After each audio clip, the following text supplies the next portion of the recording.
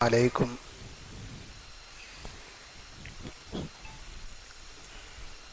صلاة الله سلام الله على طه رسول الله سلام الله على ياسين حبيب الله توسلنا بسم الله وبالهادي رسول الله وكل مجاهد لله بأهل البدر يا الله صلاة الله سلام الله على طه رسول الله صلاة الله سلام الله على ياسين حبيب الله الحمد لله رب العالمين والصلاة والسلام على سيد المرسلين محمد وآله وصحبه أجمعين أما بعد فقد قال الله تعالى في القرآن العظيم والفرقان المجيد فأعوذ بالله من الشيطان الرجيم بفضل بسم الله الرحمن الرحيم اليوم نختم على أفواههم وتكلمنا أيديهم وتشهد أرجلهم بما كانوا يكسبون وقال أيضا ما سلككم في سقر قالوا لم نكن من المصلين وقال نبينا صلى الله عليه وسلم الصلاة معراج المؤمنين أو كما قال عليه الصلاة والسلام அனைத்து புகழும் அல்லாஹ் ஒருவனுக்கே உரித்தாக. கண்ணியத்திற்குரிய அல்லாஹுவே நல்லடியார்களே, நாமெல்லாம் ஒரு புனிதமான ஒரு நாளிலே அமர்ந்திருக்கிறோம்.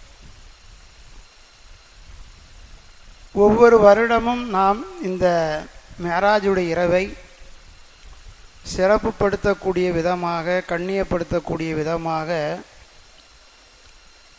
இந்த இரவிலே நாமெல்லாம் உட்கார்ந்து அதனுடைய செய்திகளை கேட்டுக்கொண்டிருக்கிறோம். இந்த மேராஜுடைய இரவை நாம் சிறப்புப்படுத்தலை, மேராஜுடைய இரவு சிறப்பாக இருக்கிறதுனால நாம் இங்கே உட்காந்துருக்குறோம், அவ்வளோதான். இந்த மேராஜுடைய இரவு எவ்வளவு பெரிய உன்னதமான, உயர்வான, சிறப்பு நிறைந்த, மகத்துவம் நிறைந்த ஒரு இரவு என்பதை இங்கே வந்திருக்கவங்க மட்டும்தான் உணர்ந்திருக்கிறாங்கன்னு நினைக்கிறேன். நிறைய பேருக்கு அந்த வாய்ப்பு இல்லையோ, உணரலையோ என்ற ஒரு சந்தேகம் இருக்கிறது. கண்ணியமானவர்களே, மேராஜுடைய இரவு அது எப்பேற்பட்ட ஒரு இரவு, எவ்வளவு உன்னதமான இரவு என்பதை நம்முடைய ஹசரத் அவர்கள் தெளிவான முறையில் அதை சொல்லிட்டாங்க. அது அல்லாஹ்வுடைய பெரிய மாபெரும் கிருபை குதல் நடைபெற்ற ஒன்று, அதில் எந்த சந்தேகமே கிடையாது. மனிதனுடைய சிந்தனைக்கும் மனிதனுடைய ஆற்றலுக்கும் அப்பாற்பட்ட ஒரு செய்தி. இன்னைக்கு யாரும் என்ன செய்ய முடியாது, அதை சிந்திக்கவே முடியாது. இப்படி இல்லாமல் நடந்திருக்கும் அப்படின்னு சிந்திக்க முடியாத அளவுக்குள்ள ஒரு நிகழ்வை அல்லாஹ் நபிகள் நாயகம் ஸல்லல்லாஹு அலைஹி வஸல்லம் அவர்களுக்கு கொடுத்துருக்கிறார். சரி, இந்த மேராஜுடைய இரவுனால நமக்கு என்னங்க பிரயோஜனம் இருக்குது? இந்த மேராஜ் இரவு நமக்கு ஏதாவது செய்தியை சொல்லுகிறதா? இந்த மேராஜ் இரவின் மூலமாக நமக்கு கிடைக்கக்கூடிய விஷயங்கள் என்ன? இந்த மேராஜ் இரவு நமக்கு சொல்லக்கூடிய விஷயம் என்ன? அதை நம்ம பார்க்கணும் இல்லையா? ஹஸரத் அவர்கள் தெளிவாக மேராஜுடைய அற்புதங்களையும் ஆச்சரியங்களையும் அழகான முறையில் சொல்லிட்டாங்க. ஆனால் நாம் இந்த மேராஜுடைய இரவிலே நாம் கற்றுக்கொண்ட பாடம் என்ன? இந்த மேராஜ் இரவு நமக்கு சொல்லித்தரக்கூடிய விஷயம் என்ன, அதை நம்ம பார்க்கணுமா இல்லையா? கண்ணியமானவர்களே, மேராஜ் இரவு இருக்கிறதே, இது உலகத்திலேயே எந்த நபிக்கும் வழங்கப்படாத ஒரு சிறப்பு.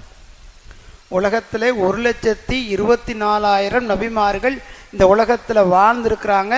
1,24,000 சமூகமும் இந்த உலகத்தில் வாழ்ந்திருக்குது.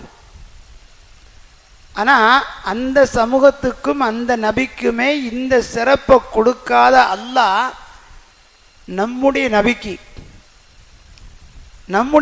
அல்லாஹ் கொடுத்துருக்கிறான். நாம் மிகப்பெரிய பாக்கியவான்கள். முதல்ல நாம் பெரிய சிறப்புக்குரியவங்க. யாராவது பெருமானார் ஸல்லல்லாஹு அலைஹி வஸல்லம் உம்மத்தில் பிறக்குன்னு சொல்லி அல்லாஹ்ட்ட யாராவது கேட்டோமா? கேட்கக்கூடிய வாய்ப்பு இருக்குதா? அப்படியே நம்ம கேட்டோன்னு அல்லாஹ் நான் கொடுத்துருவானா? யாரை அல்லாஹ் பெருமானார் ஸல்லல்லாஹு அலைஹி வஸல்லம் அவர்களுடைய சமூகத்தில் பிறக்க வைக்க வேண்டும் என்று நாடினானோ அவர்களை அல்லாஹ் பிறக்க வச்சிருக்கிறான். நாம் பிறந்திருக்கிறோம். இந்த சிறப்பை அல்லாஹ் நமக்கு கொடுத்துருக்கிறான். இதுக்கு நம்ம நன்றி செலுத்தணுமா இல்லையா? நம்ம நன்றி செலுத்தணுமா இல்லையா? என்னங்க நன்றி? அல்லாஹ்வுக்கு ஏதாவது கைமாறு செய்கிறதா? அல்லாஹ்வுக்கு ஏதாவது கொடுக்கறதா? இல்லை பெருமானார் ஸல்லல்லாஹு அலைஹி வஸல்லம் அவர்களுக்கு ஏதாவது கொடுக்க போகிறோமா? ஒன்றுமே கிடையாதுங்க. நீங்கள் நன்றி யாருக்கும் அல்லாஹ்வுக்குள்ள செலுத்த வேணாம். உங்களை நீங்கள் உங்களுக்கு சொன்னதை செய்தாலே நீங்கள் நன்றி செலுத்தியவர்களாக ஆகிவிடுவீர்கள். அப்போ நமக்கு இந்த மேராஜ் இரவு நமக்கு இருக்குதா? இந்த மேராஜ் இரவு நமக்கு எதுவும் இருக்குதாங்க? பெருமானார் ஸல்லல்லாஹு அலைஹி வஸல்லம் அவர்கள் நபியாக, ரசூலாக, நிறைவான நபியாக அனுப்பப்பட்டனால அல்லாஹ்வை சந்திக்கக்கூடிய பாக்கியத்தை பெருமானார் ஸல்லல்லாஹு அலைஹி வஸல்லம் அல்லாஹ் கொடுத்துட்டான். நமக்கு மேராஜ் இரவு இருக்கா? ஒவ்வொரு மனிதர்களுக்கு மேராஜ் இருக்குதா அப்படின்னு சிந்திச்சு பாருங்க. அதை எப்படிங்க நமக்கு கிடைக்கும்? அதெல்லாம் நபிக்கு கிடைச்ச விஷயம். அதெல்லாம் நபிக்கு கிடைக்கக்கூடிய பாக்கியம். அல்லாஹ் கொடுத்த பாக்கியம் நபிக்கு மட்டும்தான் அப்படின்னு நினைப்பேன். இல்லவே இல்லைங்க. ஒவ்வொரு மனிதர்களுக்கும் மேராஜ் இரவு இருக்கிறது. ஒவ்வொரு மனிதர்களும் மேராஜ் இரவை போன்றுள்ள வாய்ப்பை பெறுகிறார்கள். மேராஜ்னு சொன்னால் நபிகள் நாயகம் ஸல்லல்லாஹு அலைஹி வஸல்லம் அல்லாஹ்வை நேரடியாக சந்திச்சது தானே மேராஜ். அல்லாஹ்ட்ட நேரடியாக உரையாடணும் தானே மேராஜ்.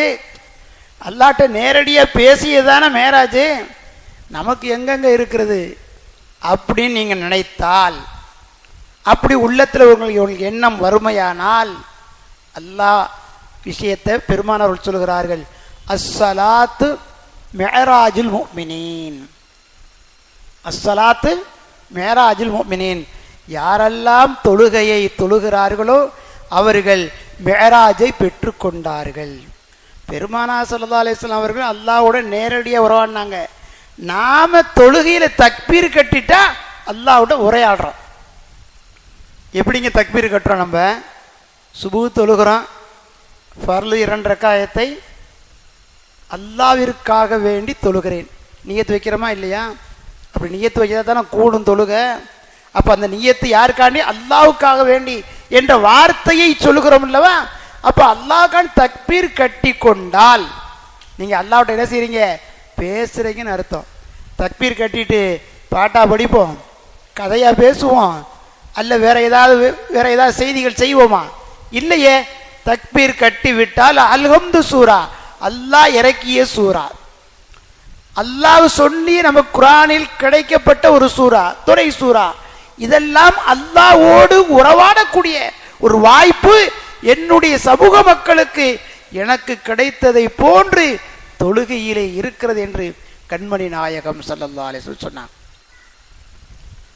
அஸ்ஸலாத்து மிஅராஜுல் முஃமினீன். யாரெல்லாம் தொழுகிறாங்களோ அவங்க மிஅராஜை பெற்றுக்கொண்டார்கள்.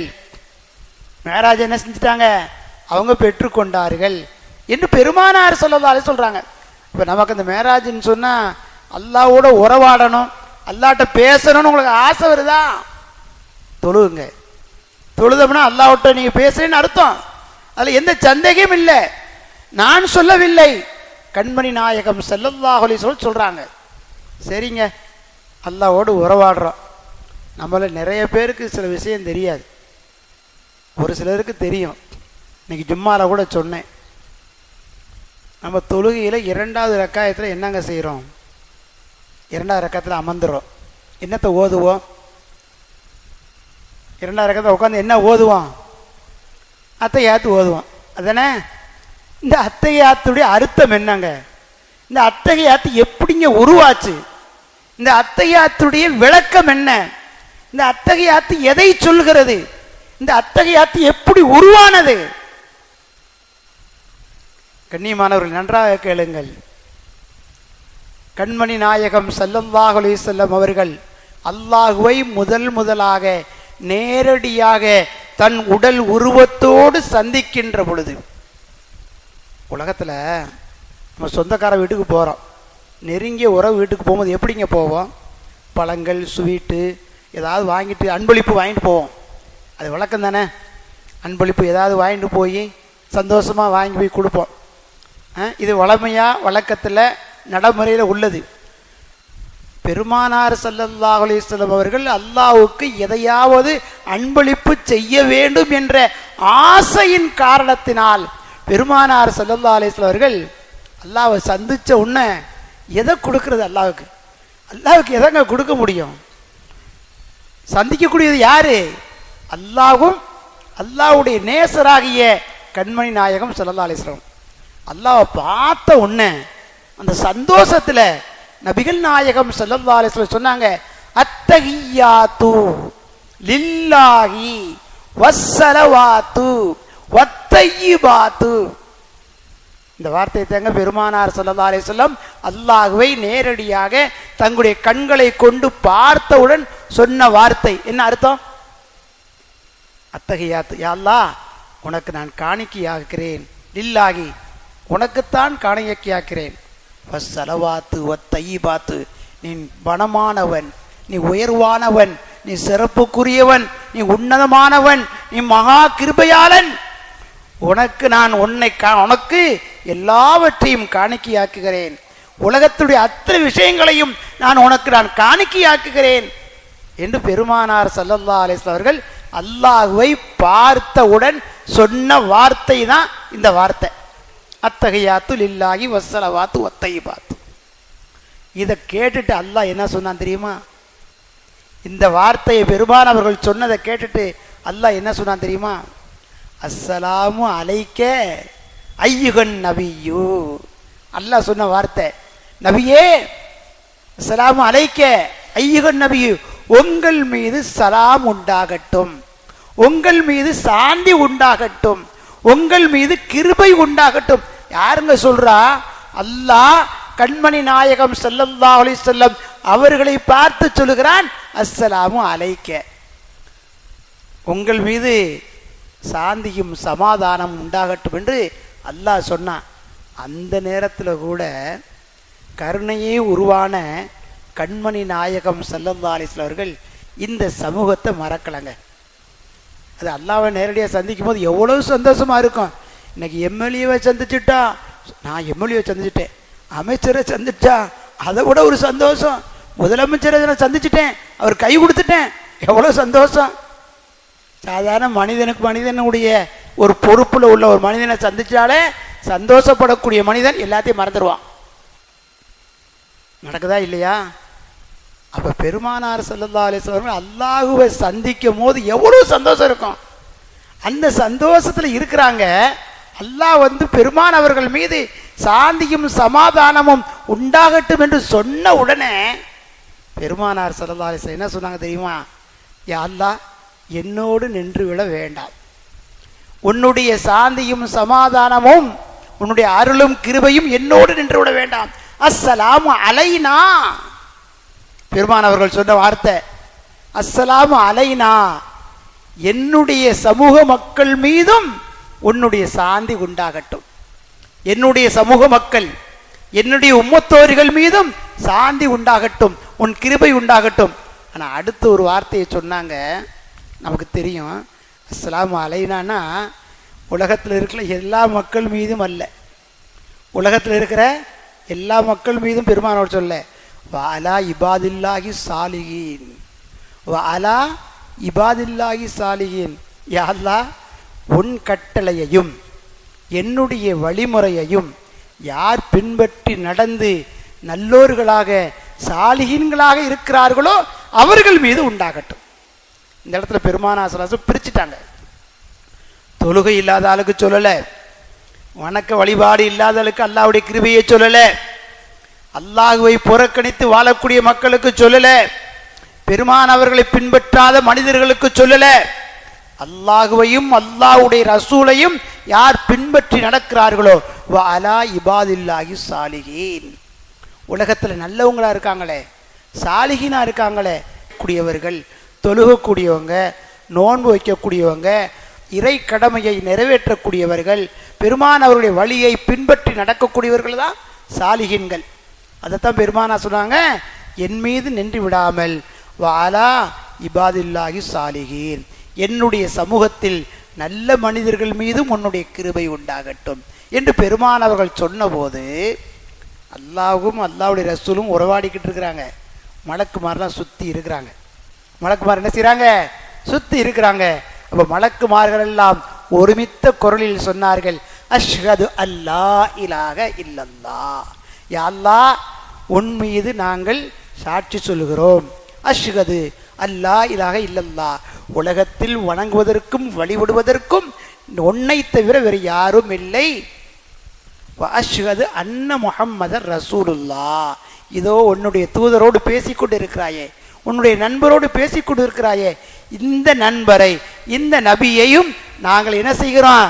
அஷ்ஹது அன்ன முஹம்மது ரசூலுல்லாஹ், உன்னுடைய நபி என்பதையும் நாங்கள் சாட்சி சொல்கிறோம் என்று மலக்குமார்கள் சொன்னார்கள். அதுதாங்க அத்தகையாத்து. அத்தகையாத்து இதுதான். அத்தகையாத்துல அர்த்தமும் இதுதான். இதைத்தான் நாம் ஒவ்வொரு தொழுகையிலும் ஓதுறோம். ஃபர்லான, சுன்னத்தான, நஃபிலான, முஸ்தஹபான தொழுகையில் அத்தகையாத்து ஓதுறோம். ஆனால் நமக்கு எப்படி உருவாச்சு நமக்கு தெரியாது.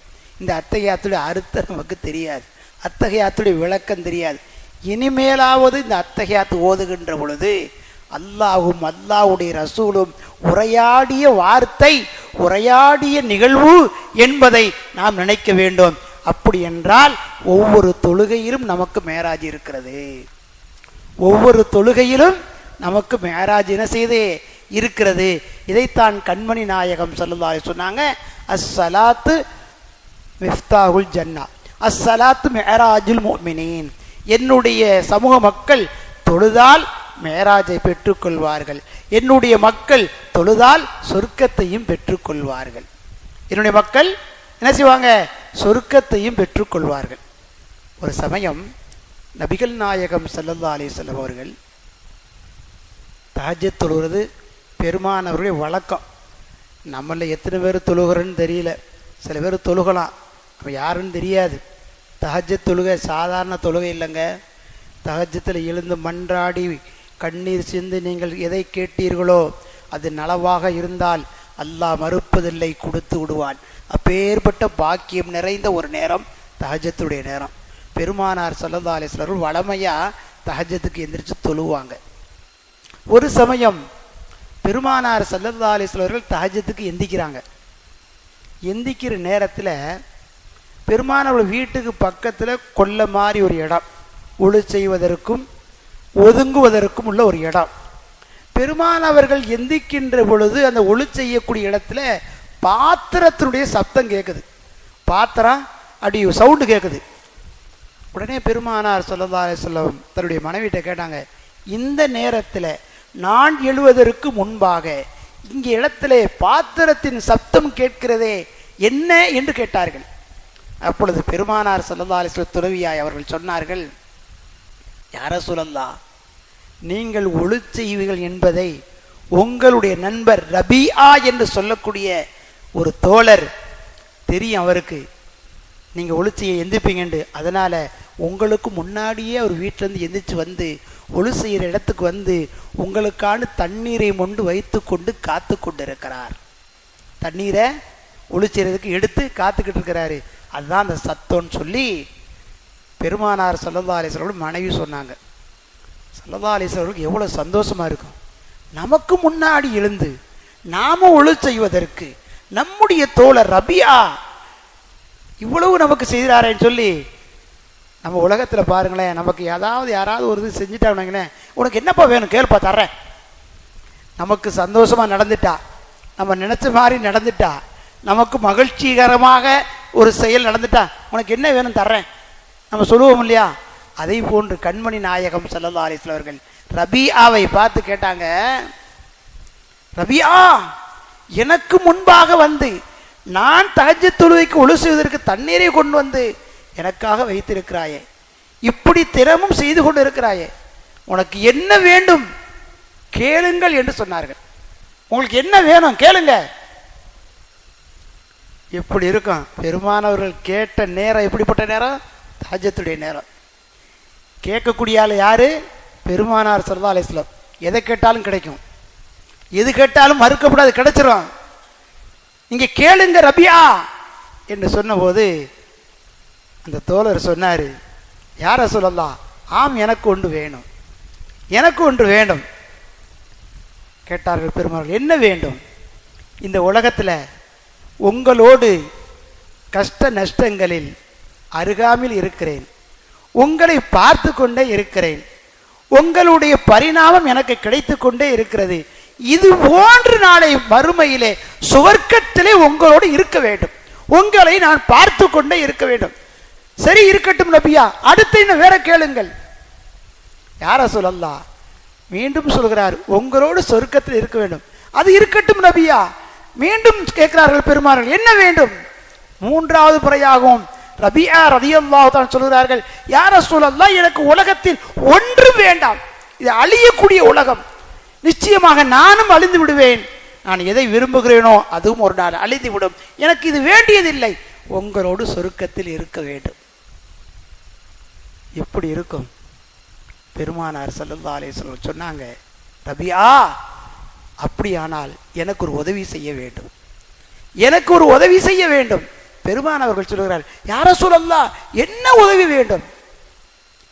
பெருமானவர்கள் சொன்னார்கள், இல்லை, நீங்கள் கேட்ட கேள்வி இருக்கிறதே, நீங்கள் என்னோடு சொர்க்கத்தில் இருக்க வேண்டும் என்று நீங்கள் கேட்டீர்களே, அதற்கு நீங்கள் உதவி செய்ய வேண்டும். என்ன யா ரசூலல்லாஹ்? உலகத்தில் தொழுகையை கரெக்டாக தொழுக வேண்டும், அதிகமான முறையில் சுஜூதை அதிகப்படுத்த வேண்டும், அதிகமான முறையில் சுஜூதை அதிகப்படுத்த வேண்டும்.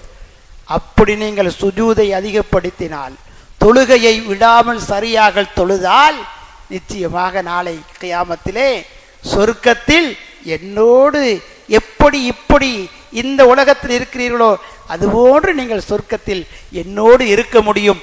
ஆனால் நீங்கள் சுஜூதை தொழுகையை அதிகப்படுத்த வேண்டும் என்று கண்மணி நாயகம் ஸல்லல்லாஹு அலைஹி வஸல்லம் சொன்னாங்க.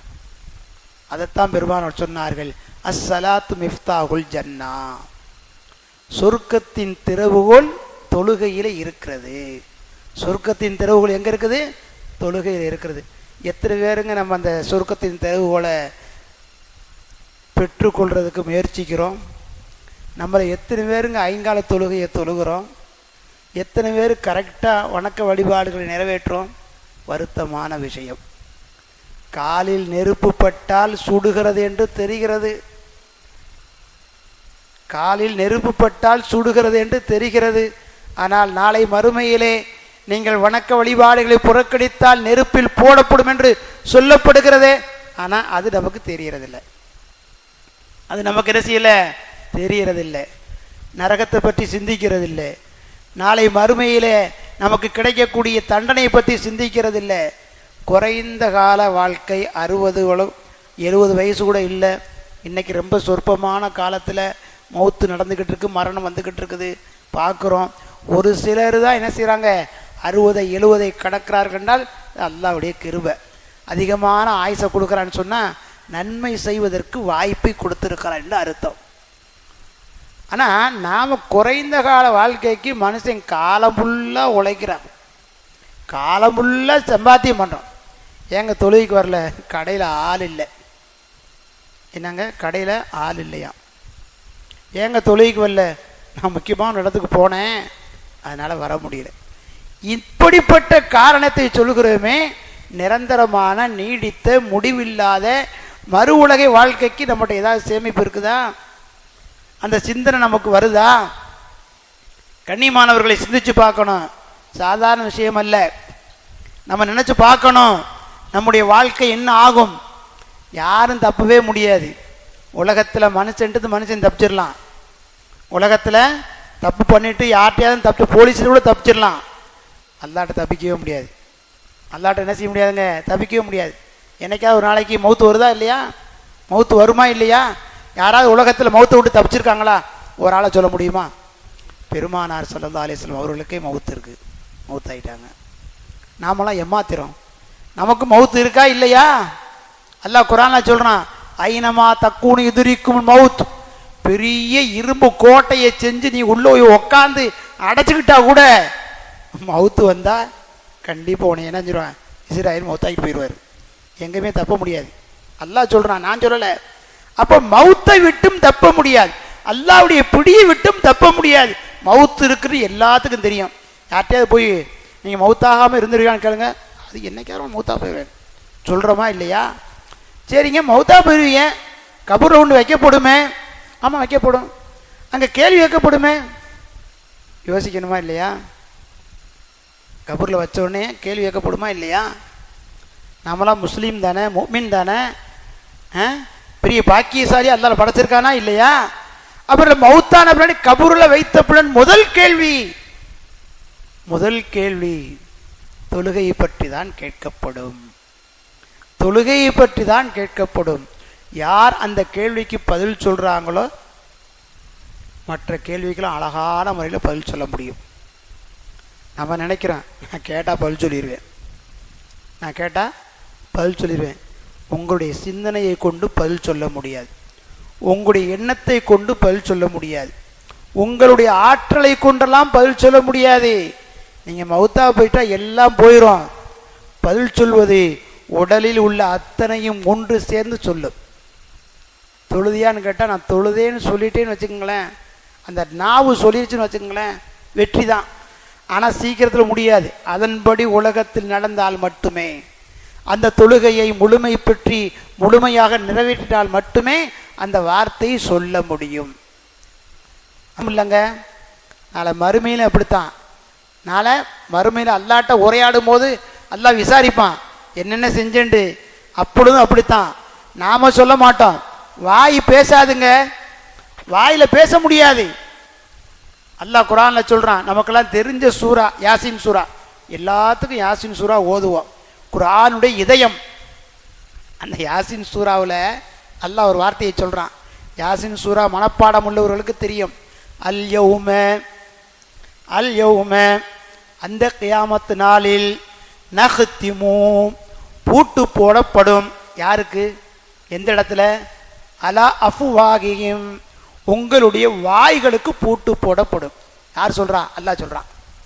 யாசின் சூராவில் இந்த வசனத்தை அல்லாஹ் சொல்றான், அல் யௌம நஹ்திமு அலா அஃப்வாஹிஹிம் உங்களுடைய வாய்களுக்கெல்லாம் பூட்டு போடப்பட்டு விடும். வாய்க்கு பூட்டு போட்டால் அல்லாஹ் கேட்குற கேள்விக்கு யாருங்க பதில் சொல்றது? வாயை பூட்டை போட்டுட்டா பதில் சொல்லணுமா இல்லையா? இப்போ அல்லாஹ் கேள்வி கேட்கேன்னு சொல்றான்.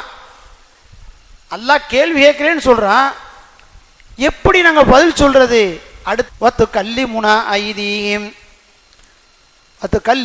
ஐதீஹிம் வதஷ்ஹது அர்ஜுலுஹும். யார் பதில் சொல்லுவா? உங்களுடைய கைகள் பதில் சொல்லும். அல்லாஹ் சொல்றான், இந்த கை பதில் சொல்லும். வதஷ்ஹது அர்ஜுலுஹும் உங்களுடைய கால்கள் எல்லாம் பதில் சொல்லும். நீங்க என்ன செஞ்சீங்களோ பிமா கானு யக்ஸிபூன். உலகத்தில் 60 வருஷம் 70 வருஷம் நீங்கள் வாழ்ந்திருப்பீங்கல்ல, அந்த 70 வருஷம் 60 வருஷம் என்னென்ன செஞ்சீங்களோ அத்தனையும் கையும் காலும் உடல் உறுப்புகள் அத்தனையும் அல்லாஹ்விட்ட பதில் சொல்லும். நாக்கு பதில் சொல்லாது, வாய் பதில் சொல்லாது, அது பூட்டு போடப்பட்டு விடும் என்று அல்லாஹ் குர்ஆன்ல சொல்றான். அல்லாஹ் சொல்றது பொய்யாகுமா? குர்ஆன்ல சொல்றது பொய்யாகுமா? அப்ப நம்ம குர்ஆனை நம்பி இருக்கோமா இல்லையா? குர்ஆனை ஏற்றுக்கொள்றோமா இல்லையா? அல்லாஹ்வுடைய வேதம் என்று நம்ம ஒப்புக்கொள்றோமா இல்லையா? அப்படி ஒப்புக்கொள்ளக்கூடிய நாம் ஏங்க உலகத்தில் கரெக்டாக சரியாக நடக்காமல் வாழ்ந்து கொண்டிருக்கிறோம்? வாயில் போய் பேசுகிறோம், நடைமுறையில் போய் யாரையும் குறிப்பிட்டு சொல்லலை, பொதுவான வார்த்தையை சொல்லுகிறேன். என்னென்னமோ செய்கிறோம். நாளைக்கு நாம் பதில் சொல்ல மாட்டோம். கண்கள் பேசும், காதுகள் பேசும், நம்முடைய கைகள் பேசும், நம்முடைய கால்கள் பேசும், அத்தனையும் அல்லாஹ்ட்ட பேசும். நம்ம ஒன்றுமே நம்ம அப்படி பார்த்துக்கிட்டே இருக்க வேண்டியதான்.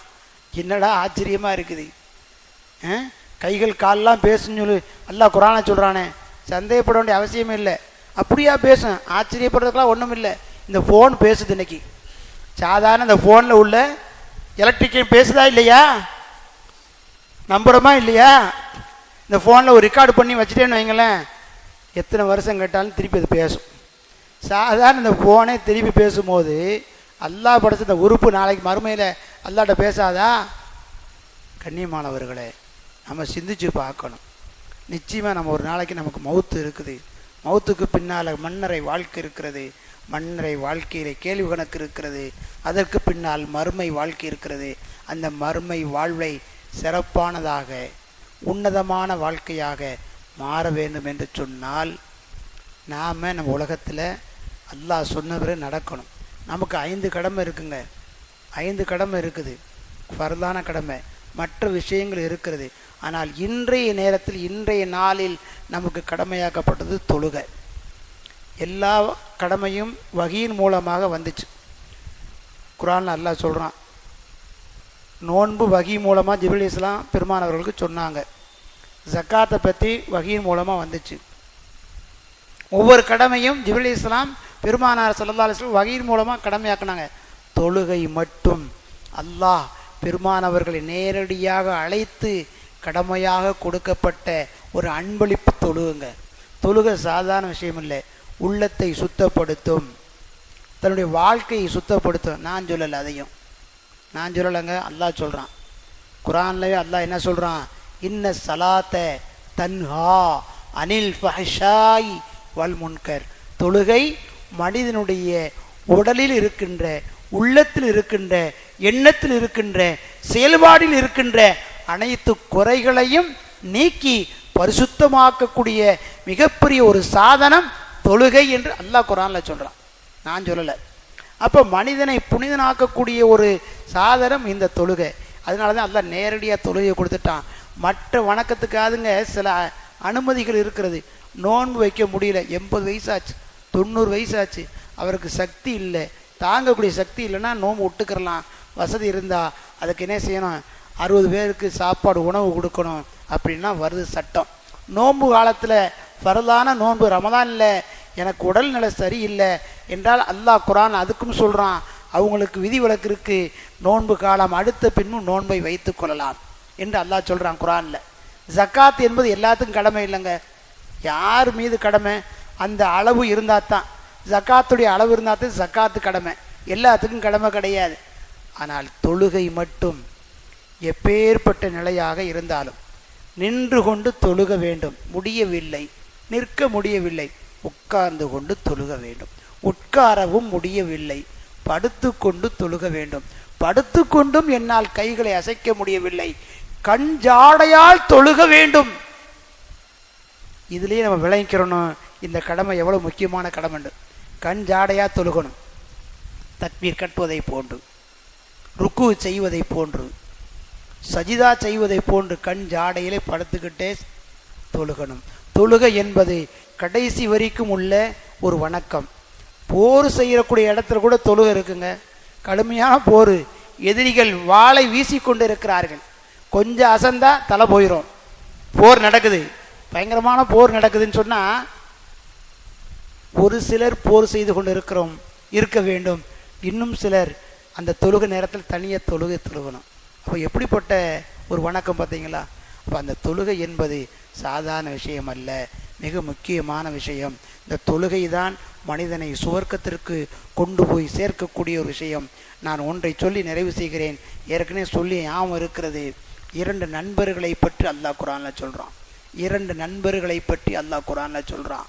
அழகாக சொல்லுகிறான், விளங்கும்படியாக நமக்கு சரியான முறையில் அதை உணரக்கூடிய வகையில் அல்லாஹ் சொல்கிறான். 2 நண்பர்கள். உலகத்தில் நண்பர் இல்லாமல் யாரும் இருக்க மாட்டாங்க. அண்ணன் கூட இல்லாமல் இருப்பார், உறவு இல்லாமல் போயிடும். ஒருத்தர் மட்டும்தான் வீட்டில் இருப்பார். தம்பி இல்லாமல் போயிருக்கலாம், ஒருத்தர் மட்டும் இருப்பார். நண்பர் இல்லாமல் யாருமே இருக்க மாட்டாங்க. எல்லாத்துக்கும் ஒரு நண்பர் இருப்பாங்க. இப்படிப்பட்ட நிலையில் அல்லாஹ் சொல்கிறான், 2 நண்பர்கள் உலகத்தில் வாழ்கிறாங்க, இணை பிரியாதவர்கள், ஒருத்தர் இருந்தால் இன்னொருத்தர் கண்டிப்பாக இருப்பார். அவர் இருந்தால் இவர் இருப்பார், இவர் இருந்தால் அவர் இருப்பார். 2 பேரும் நெருக்கமான முறையில் இருக்காங்க. அவர்கள் உலகத்தில் வாழ்ந்து மரணித்த பின்பு ஒருத்தர் சொர்க்கத்தில் இருக்கிறார், இன்னொருவர் நரகத்தில் இருக்கிறார். நான் சொல்லலை, அல்லாஹ் சொல்லக்கூடிய செய்தி. 29ஆம் ஜுசுவிலே சூரத்துல் முத்தஸ்ஸிர் என்ற சூறாவிலே அல்லாஹ் சொல்லக்கூடிய வாசகம் இது. அல்லாஹ் என்ன சொல்கிறான்? 2 நண்பர்கள் உலகத்தில் இணை புரியாமல் இருந்தார்கள். ஒருவர் நாளை கியாமத்தில் சொர்க்கத்தில் இருப்பார், இன்னொருவர் நரகத்தில் இருப்பார். சொர்க்கத்தில் இருக்கக்கூடியவர் அப்படி நரகத்தை அப்படி எட்டி பார்ப்பாராம். நரகத்தை எட்டி பார்ப்பாராம். பார்த்த உடனே அதிர்ச்சியாகி, என்னடா உலகத்தில் நம்மோடு இருந்த நண்பர் நரகத்தில் கிடக்கிறாரே அப்படின்னு அதிர்ச்சியில் தன்னுடைய நண்பரை பார்த்து கேட்பாராம், மா சலக்கக்கும் ஃபீ சக்கர், மா சலக்கக்கும் ஃபீ சக்கர், என்னப்பா உலகத்தில் என் கூட இருந்த பழகன ஒன்றா இருந்த, ஏப்பா இப்ப நரகத்தில் போய் கிடக்கிற, என்ன ஆனது உனக்கு? அதிர்ச்சியிலே சொர்க்கத்தில் இருக்கக்கூடிய நண்பர் நரகத்தில் இருக்கக்கூடிய நண்பரை பார்த்து கேட்பாராம், ஏப்பா சக்கர் என்ற நரகத்தில், கடுமையான நகரம் சக்கர் என்றால், நரகத்தில் பல நரகம் இருக்குது, அதில் ஒரு நரகம் சக்கர் என்ற நரகம். ஏப்பா நீ நரகத்தில் கிடக்கிற, சக்கர் என்ற நரகத்தில் ஏன்பா போய் விழுந்த, ஏன் உனக்கு இந்த கெதி என்று கேட்பார். அல்லாஹ் சொல்றான், மா சலக்க குவி சக்கர். இந்த வாசகம் அல்லாஹ் குர்ஆன்ல பதித்திருக்கின்ற வாசகம். அதுக்கு அவர் சொல்லுவார், யாரு நரகத்தில் கிடக்கார்ல, அவர் பதில் சொல்லுவார், காலு, நரகத்தில் கிடக்கக்கூடியவர் சொல்லுவார், லம் நக்கு மினல் முசல்லீன், லம் நக்கு மினல் முசல்லீன், நான் உலகத்தில் வாழும்போது தொழுகாமல் இருந்துட்டேன்ப்பா, உலகத்தில் வாழும்போது தொழுகையை புறக்கணிச்சிட்டேனப்பா, உலகத்தில் வாழும்போது அல்லாஹ் சொன்ன கடமையை நான் நிறைவேற்றாம, தொழுகையை நான் முறைப்படுத்தாம விட்டு விட்டேனப்பா, அதனுடைய கெதிதான் நான் நரகத்தில் கிடக்கிறேன் என்று நரகத்தில் கிடக்கக்கூடிய நண்பர் சொல்வார் என்று அல்லாஹ் குர்ஆனில் சொல்கிறான். அல்லாஹ் நம்மளை காப்பாற்றணும், அல்லாஹ் நம்மளெல்லாம் காப்பாற்றணும். நம்ம எல்லோரும் சொர்க்கத்துக்கு போகக்கூடியவர்களாக அல்லாஹ் நம்மளை ஆக்கி வைக்கணும். கண்ணியமானவர்களே, பின்னால் நடப்பதை முன்னாலே தெரிவுபடுத்தி, பின்னால் நடப்பதை முன்னாலே தெரிவுபடுத்தி சொல்லப்பட்ட ஒரு மார்க்கம் நம் புனிதமான இஸ்லாமிய மார்க்கம். அப்போ நாம் அந்த மாதிரி ஒரு நிலை வராமல் இருக்கிறோன்னு சொன்னால், அப்படிப்பட்ட ஒரு நிலைமை நமக்கு ஏற்படாமல் இருக்க வேண்டும் என்று சொன்னால், நம்முடைய வாழ்க்கையை அல்லாஹ்வுக்கும் அல்லாஹ்வுடைய ரசூலுக்கும் பொருத்தமான வாழ்க்கையாக அமைவதற்கு நாம் உலகத்தில் முயற்சி பண்ணி வாழ வேண்டும். கண்ணியமானவர்களே, அந்த அடிப்படையில் மேராஜுடைய இரவு, ஏதோ வருஷம் மேராஜ் இரவில் வந்தோம், பயான் கேட்டோம், இதை ஆலிம்ஷா அவங்க கடமையை சொன்னாங்க, அவங்களுக்கு சொல்லித்தான் ஆகணும், எதை நம்ம கொஞ்ச நேரம் போய் உட்காந்துட்டு வந்தோன்னு சொல்லி இருக்கக்கூடாது.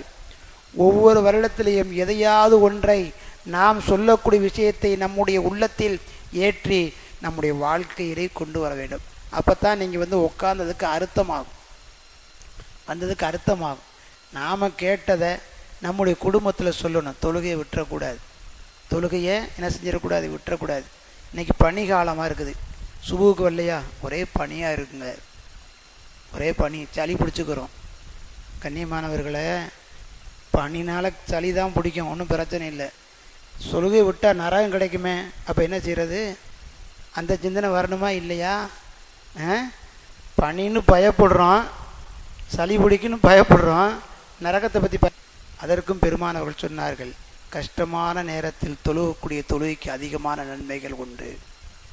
கஷ்டமான அமல்களை செய்யக்கூடிய நேரத்தில் அதிகமான நன்மை உண்டு. சாதாரணமாக பனி இல்லாத காலத்தில் சுபுகு தொழுதா 1 கோடி நன்மைன்னு வச்சுக்கோங்களேன். பனி காலத்தில் கஷ்டமாக எந்திக்க சிரமப்பட்டு ஐஸ் மாதிரி உள்ள தண்ணியில் உழு செஞ்சு நாம் தொழுகைக்கு வந்தோம்னு வைங்களேன், அல்லாஹ் 10 கோடி நன்மையை கொடுப்பான். சிரமமான முறையில் வர்றோம் இல்லையா, அல்லாஹ் சாதாரண இல்லை, அல்லாஹ் மிகப்பெரிய, அதாவது கோடீஸ்வரன்லாம் கோடீஸ்வரன், பெரிய தனவந்தேன், வாரி வழங்கக்கூடியவன், என்னுடைய அடியான் எனக்கு பயந்துக்கிட்டு பணியை பொருட்படுத்தாமல், தூக்கத்தை பொருட்படுத்தாமல் என்னுடைய இல்லத்திற்கு வந்து தொழுகையை நிறைவேற்ற வந்திருக்கிறான்.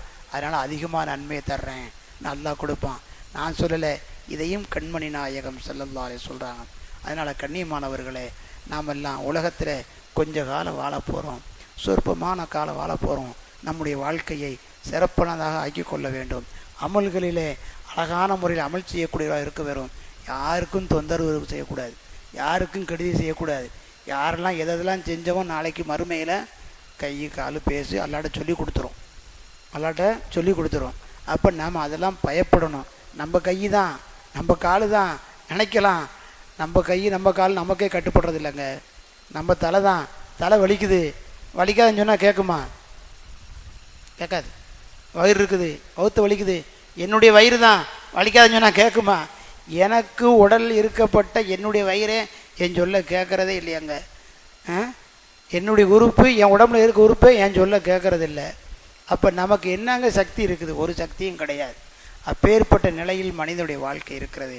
அதனால் உலகத்தில் வாழும் காலத்தில் அல்லாஹ்வுக்கும் அல்லாஹ்வுடைய ரசூலுக்கும் முழுமையான முறையில் கட்டுப்பட்டு வாழ்க்கையை அமைத்து கொண்டால் இம்மையிலும் மறுமையிலும் மகத்தான வெற்றியை பெற முடியும். வல்லோன் அல்லாஹ் அப்பேற்பட்ட வெற்றியை பெற்றுக்கொண்ட நல்லோர்கள் கூட்டத்தில் சேர்த்து நாளை மறுமையிலே நம் அனைவர்களையும் உயர்வான சொர்க்கத்தில் கொண்டு போய் சேர்க்க வேண்டும்.